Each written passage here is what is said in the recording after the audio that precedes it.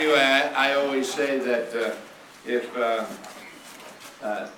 my wife is reminding me about time later in the day, thank you. Or I don't know, is she checking up on it? In any event, thank you, Judith, for filling in. I know that the president, where's Judith? Oh, okay.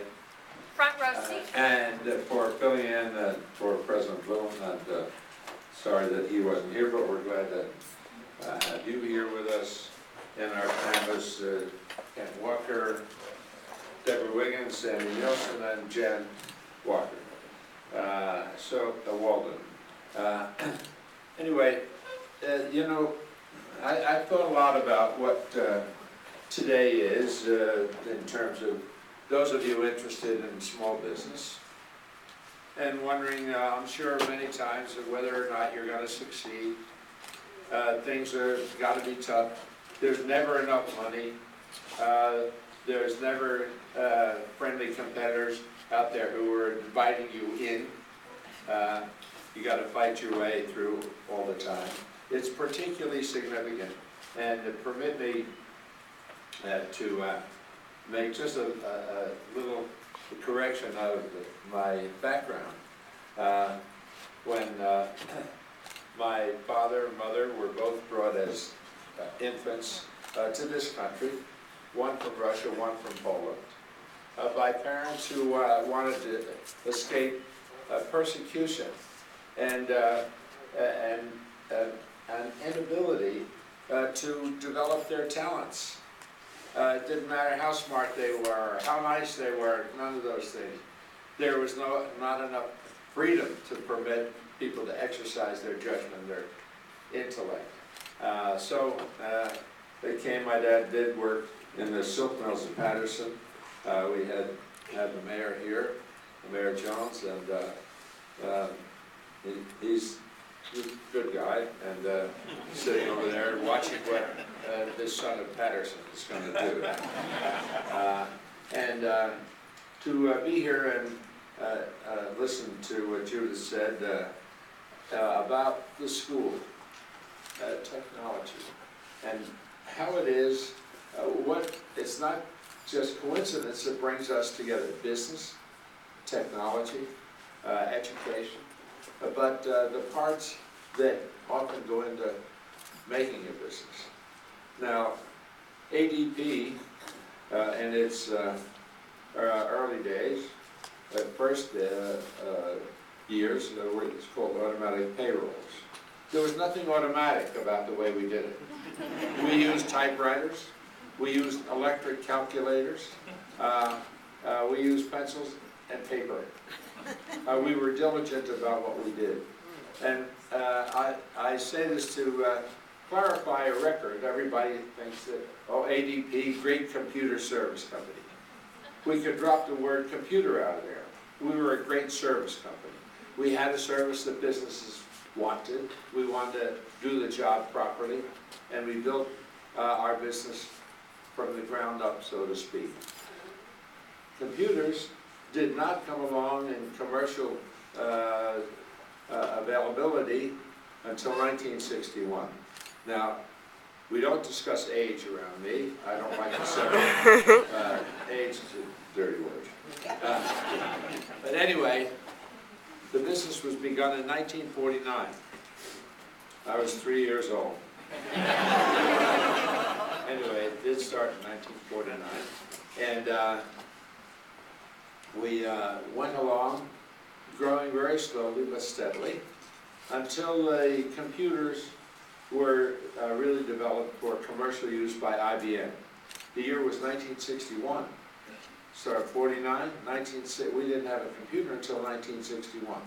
The difference was that we exchanged in 1961 technology, opportunity, faster production, more accurate, and so forth, for sweat and tears at the time. And the business then started to take off, 1961. Now today, ADP is in countries across the world, 23 in particular. Now, I get my information from reading about it. There's no inside, Frank Rothberg, who is he? Oh, that old guy.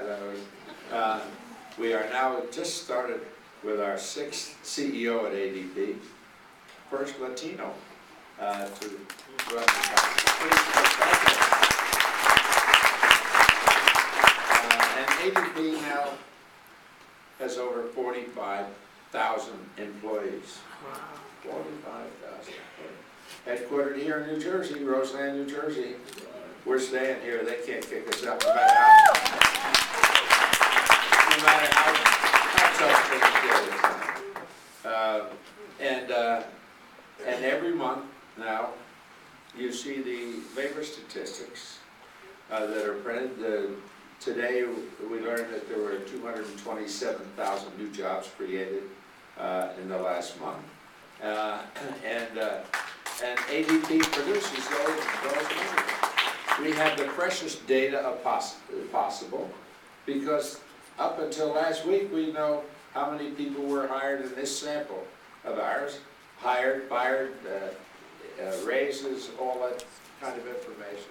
And we're more accurate, I don't hesitate to say this, more accurate and more current than the Bureau of Labor Statistics information. They rely on information that we produce, again, because the data are so fresh. And so when we look at that, ADP has, again, over 45,000 employees, and the most successful record of any company in American history that grew it more than 10% on the bottom line each and every year for 42 years in a row. It's a record that's not available to anybody else yet. And so it happened. The kids from Patterson, poor kids. My father died when he was 43 years old. Worked in, it was suggested for a moment, it was mines, it was Mills, it was Patterson. The Mills, my father took me to one day. I was 12 years old, I remember it like it was yesterday. My father said he wanted to take me to the factory. He wanted me to see what his job was like.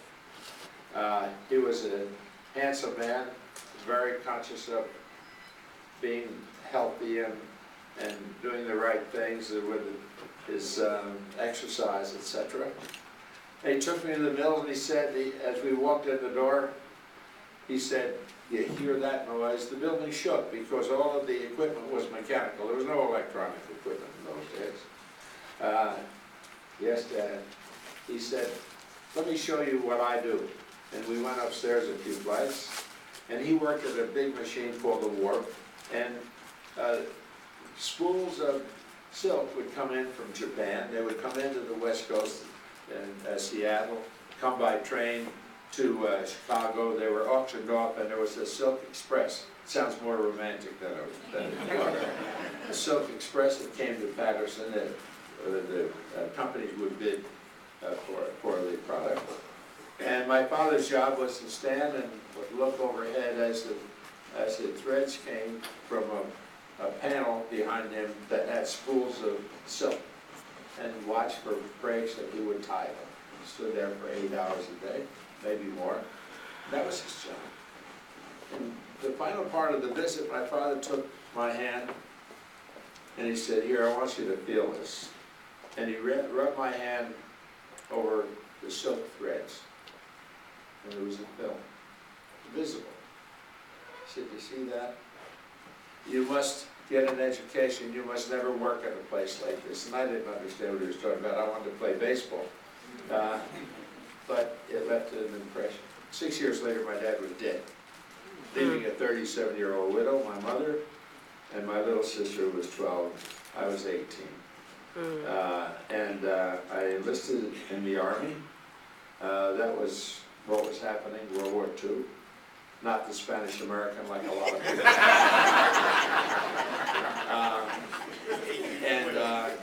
I enlisted in the Army, and with the permission of the recruiters, I was able to stay home till my dad died.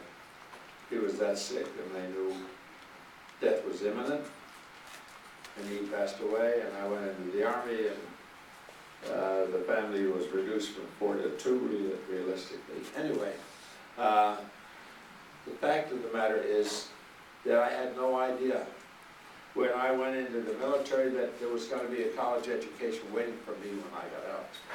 I was one of 8 million people who wore a uniform, 16 million of us, during World War II. I was one of 8 million who got an education free, and in return for the service that we provided.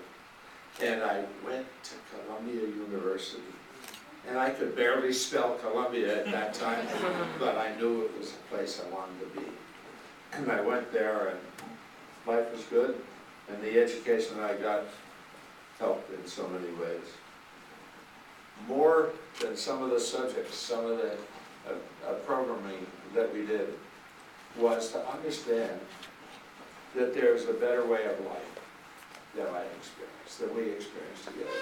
My father, when the mills closed, and mother would buy a store here, a little candy store, try to make a living. Never seemed to work well. But what happened was, excuse me, I usually step on it, but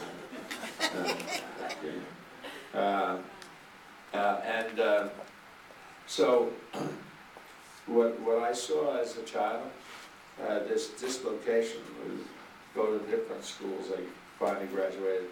I graduated from Nutley High School and from 2 other high schools. What happened, I saw that there was another way of life.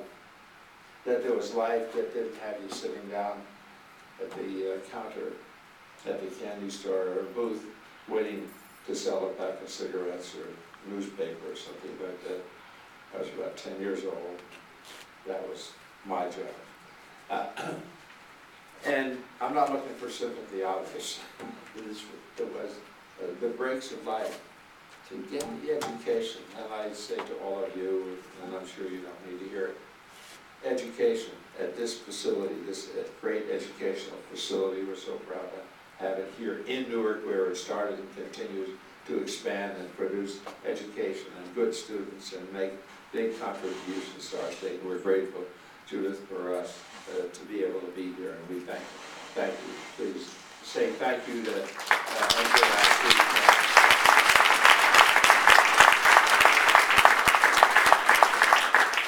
and to try to deal with things that will help you in your business, and to say that the object is, in running a small business, is to create the right kind of product, to be able to market that product, to be able, in the early days of ADP, again, automatic payrolls in the beginning years, the notion that a company would give you their kind of records, the payroll records, let you do it outside. Well, we had the sense, the good sense, started essentially by my colleague, to note that payroll processing was a nuisance, but had to be done. It had to be done on time. And it commanded the attention of the executives of the company to make sure that the payroll was done, again, timely fashion, accurate. And there couldn't be any excuse. You can't tell 20 people, 50 people, oh, sorry, your payroll's not ready, your paycheck's not ready today, come back on Thursday. Impossible. And from that little idea came the opportunity that was joined by the technology. But it wasn't the technology that really made the company the success. That was a factor. It was a factor in the growth, a factor in the leadership that we were able to develop. And the reason that it succeeded was because of what we did. And I'll take some personal pride here and tell you that the one thing that I knew that was going to be more important to us than any technology were the people that worked for and with us. And we were very informal at ADP, but very demanding. No one called me Mr. Lautenberg or Henry, Mr. Taub. With Frank, no, it was Henry. And what we did and didn't realize how clever it was that we did it at the time. We went public in 1961. We were a small company doing $400,000 worth of business, $35,000 worth of profit. A Wall Street firm looked at us and he said, "How much is your profit?" I said, $35,000. He said, "I have salesmen that make more than that." I said, "You got any jobs?" Anyway, we went public. But what it enabled us to do was to say to employees who extended themselves, who worked so hard, is that you could become a partner in the company. You could buy stock at a discount, or you would be rewarded stock equity in the company as we went along if you performed well. And I say that to you, I know that small business can go from one single person to a couple of people. But still in all, if there are rewards that come along as you help build the company, it provides the kind of loyalty, the kind of incentive, the kind of opportunity that otherwise might not be available. And so pay attention to those people who work with. Let them feel like they're really important to the whole operation, and show it in some way that the rewards are there if you do that. Stay abreast of things.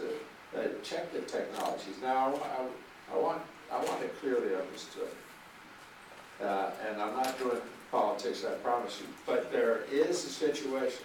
We have a president who's been leading us to positive ways, to growth in employment, to opportunities for small business, to get more credit if you need it, to have tax availability, to write off equipment that you need to build your business with, to make certain that there were incentives all along the way, and we see it. 225,000, 227,000 employees this month is a heck of a jump. And we're on a positive path for reoccurrence of successes that this country has seen when it was necessary. And so we shouldn't be complaining about the things that don't happen. Let's look at the things that do happen. Let's look at things like the medical care that is available now for everybody, including children who are up into their 20s to be on an insurance policy with their parent. Look at the positive things, and you'll see that there is a bright light ahead of us. And as you go to work every day, and as you think about what your business needs, think about those who you depend on within your company, within your little circle, and understand that from small starts, big businesses occur. ADP is just one example. We've been dwarfed by creative people who have come up with ideas, whether social media or other things, or technological advancements, and see what happens. And so I say to you, thanks for being here, and thanks to our panelists for their contribution. It's an honor for me to be here and to see the growth and the number of people who are interested in the subject and the opportunity. Keep the small business going, keep your head high, and believe in America and your family and yourself, and you can succeed that way.